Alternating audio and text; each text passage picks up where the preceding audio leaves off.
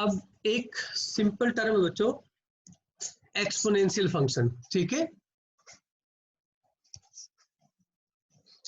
Exponential function मैंने graph भी इसके ड्रॉ किए हैं ऑलरेडी आपको दिखाने के लिए, पर मैं एक बार समझा दूं कि हम किसकी बात करते हैं।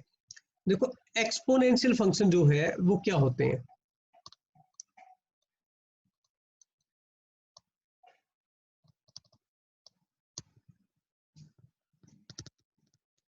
एक्सपोनेंशियल फंक्शन देखो बच्चों, 2 की पावर x, ये एक्सपोनेंशियल है, पावर है ना, किसी भी फंक्शन की पावर में अगर कोई वेरिएबल हो, ठीक है, 5 की पावर x, 1/2 की पावर x, ठीक है, ये सारे के सारे क्या है, एक्सपोनेंशियल फंक्शन, ठीक। अब इन जनरल अगर मैं यहां पे बात करता हूं, इन जनरल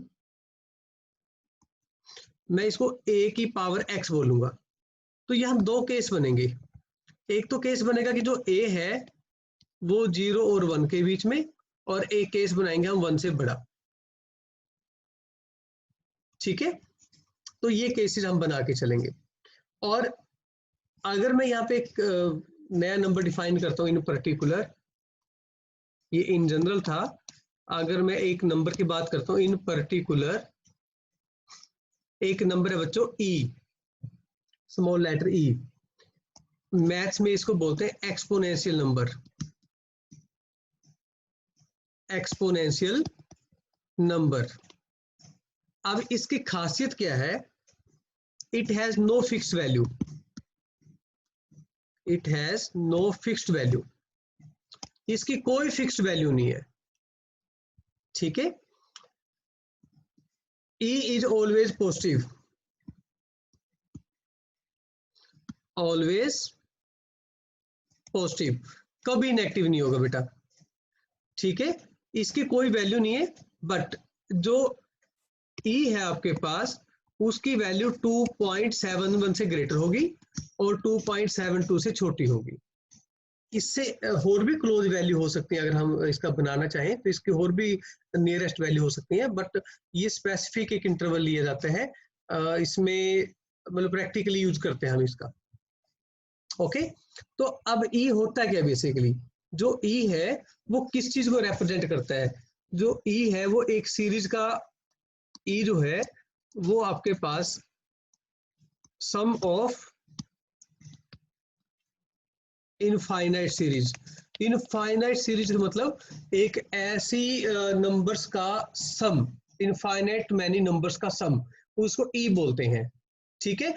पर्टिकुलर सीरीज है वो कौन सी है, इसमें एक वर्ड यूज होगा फैक्टोरियल, बहुतों को आते हैं और जो नए बच्चे उनको नहीं आता होगा, उसकी वैल्यू ये होती है बच्चों plus 1/2 factorial plus 1/3 factorial 1/4 factorial and so on up to infinity. अब फैक्टोरियल का मैं मीनिंग भी बता दूं साथ साथ में, जिसको नहीं पता उसको लग जाएगा पता। जैसे मैं कहता हूँ 4 फैक्टोरियल, इसका मतलब 4 से लेके 1 तक जितने भी नेचुरल नंबर है सबका प्रोडक्ट। 5 फैक्टोरियल का मतलब है 5 इंटू 4 इंटू 3 इंटू 2 इंटू में 1, ठीक है, मेरी बात समझाई। ये जैसे 24 हो गया और ये 120 हो गया, क्लियर। तो इस तरीके से ये फैक्टोरियल होता है, क्लियर। तो हमारा जो प्रैक्टिकली यूज करते हैं हम एक्सपोनेंशियल फंक्शन, वो क्या है, हमारा जो फंक्शन है बच्चों वो है e raise to power x। बहुत ज्यादा इंपॉर्टेंट है, इसके बगैर कैलकुलस होती ही नहीं, बनती नहीं कैलकुलस, इसके बगैर काम ही नहीं चलता, ठीक है। तो e raise to power x हमारे पास एक्सपोनेंशियल फंक्शन है, और ये कहीं साइड में लिख लो, e raise to power x की जो वैल्यू है 1 plus x plus x square by 2 factorial, यहाँ पे मैं लिख देता हूँ 1 factorial and so on up to infinity. ये सीरीज है, ये याद रखनी है, जो अभी +1 में है, +2 बीएससी एमएससी जब तक पढ़ेंगे आप, बीटेक एमटेक, तब तक आपको ये वैल्यू याद रखनी है, जो +2 में उनको भी याद करनी है। और अब एक काम करते हैं, अगर मैं x की जगह -x कर दूं तो देखो e की पावर -x आ जाएगा, ठीक। तो क्या ये value is equal to -f of x के इक्वल है, नो। तो क्या ये वैल्यू एफ ऑफ एक्स के इक्वल है? बिल्कुल नहीं। तो इसका मतलब ना तो ये फंक्शन ओड है और ना ही इवन। तो यहाँ पे हमने क्या प्रूव कर दिया कि भाई does e raised to power x is neither even nor odd function। ठीक है, ना तो ये odd है ना ये even है। और अगर मैं e raised to power x की बात करता हूं तो इसकी कैटेगरी कौन सी है भाई? ये ग्रेटर देन 1 वाली है ना? मेरी बात समझाई?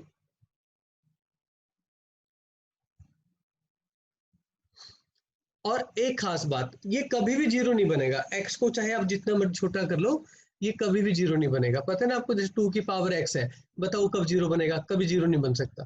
बन सकता है? x कोई ऐसी वैल्यू चूज कर सकते हो जिससे 2 की पावर x जीरो बन जाए? ये तो आपने छठी क्लास से करना स्टार्ट कर दिया था।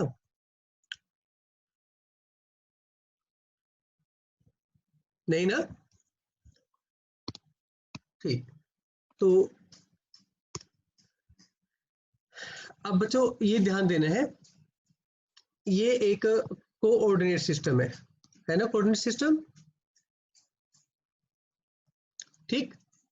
तो e raise to power x का जो ग्राफ है ना बच्चे, वो बनेगा आपका ऐसे।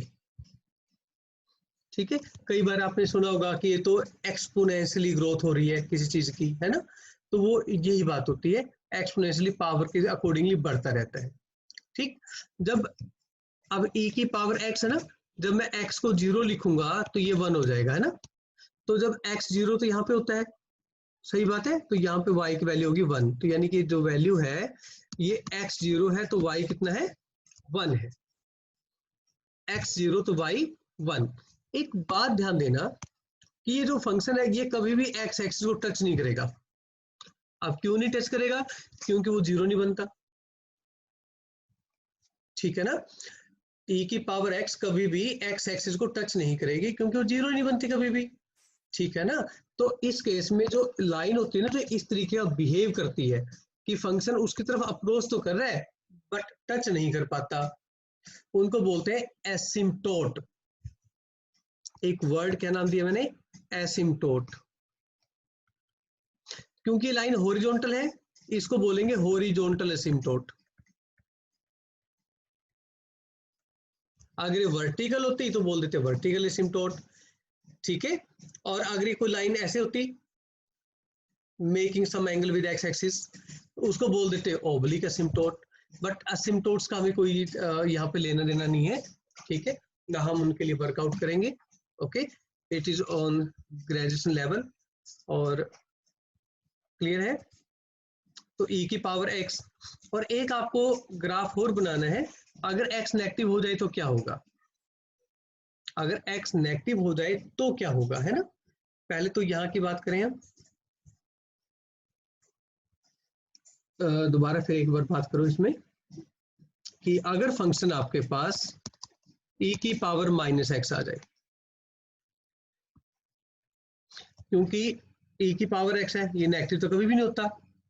ठीक है ना? इसकी वैल्यू फिर भी पॉजिटिव रहेगी, बट x की वैल्यू अगर इंक्रीज करती गई तो इसकी वैल्यू डिक्रीज करती जाएगी, ये बात बनेगी। तो उस केस में जो ग्राफ बनता है वो भी बनता तो एक्सपोनेंशियली है ऐसे ही।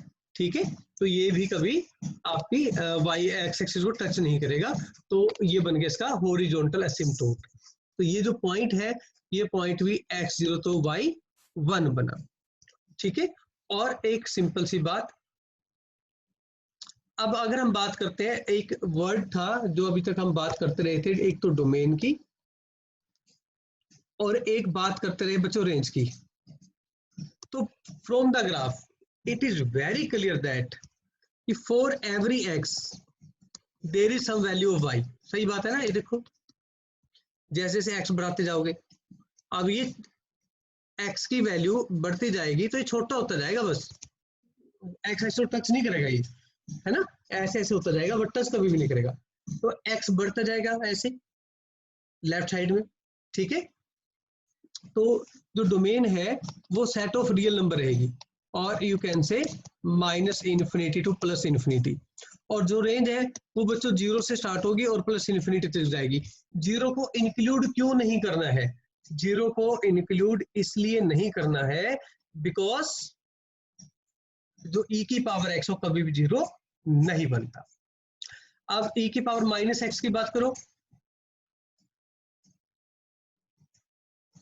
बताओ डोमेन इसमें क्या होगी, कौन बताएगा? शुभम।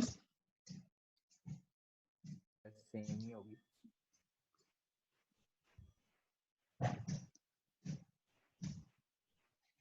बोलो शुभम। डोमेन सेम होगी।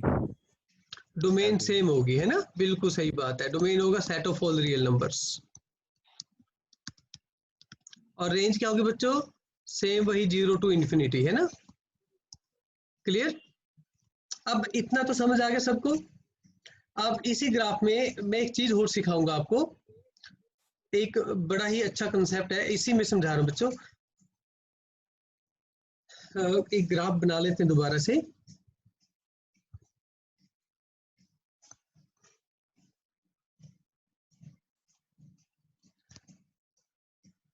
ये हम एप्लीकेशन ऑफ डेरिवेटिव में भी करेंगे in another way, but concept क्या है बस वो सिखाने जा रहा हूं मैं, ठीक है। टेक्निक बाद में। ये मान लो बच्चों e की पावर x का ग्राफ है। मैं कहता हूं यहाँ पे कोई x की वैल्यू देखो,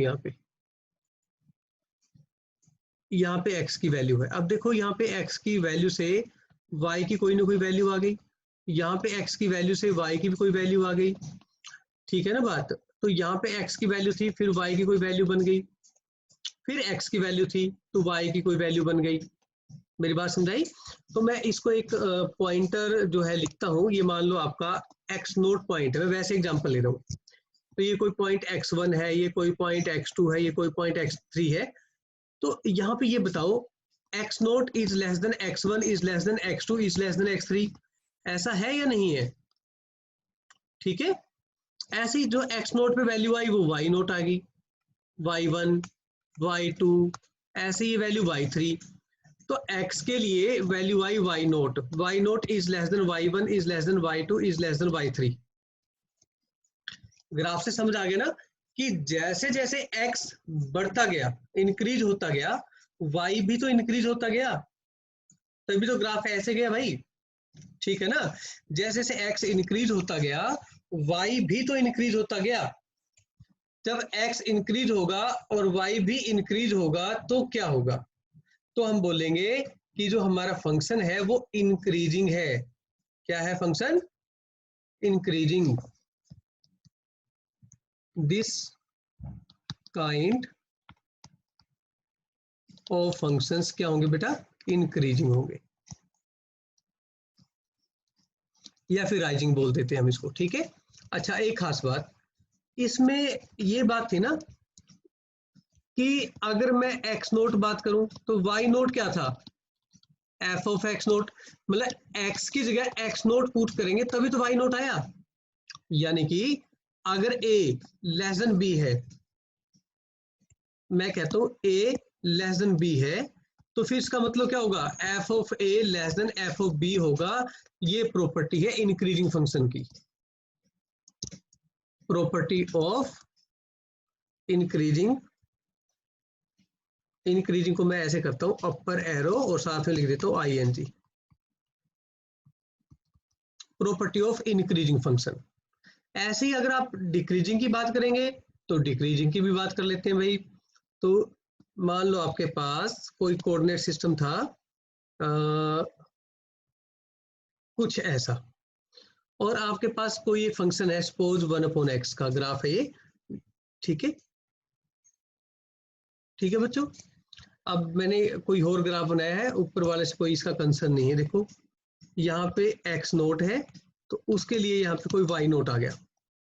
यहाँ पे अगर x1 होगा तो इसके लिए देखो कोई y1 आया। मेरी बात समझाई?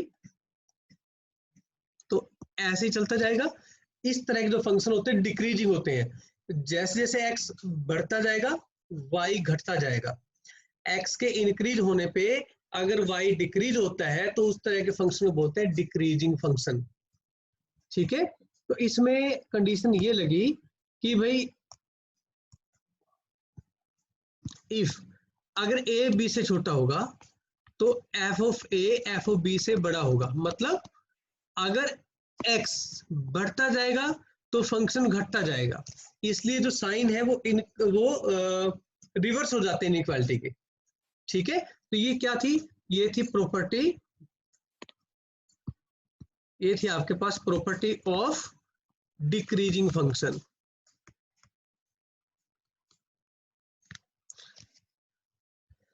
क्लियर? यहां तक कोई दिक्कत नहीं आनी चाहिए आपको, समझ आ गया अच्छी तरह? एक बार इसको रिपीट करना वीडियो को अच्छी तरह।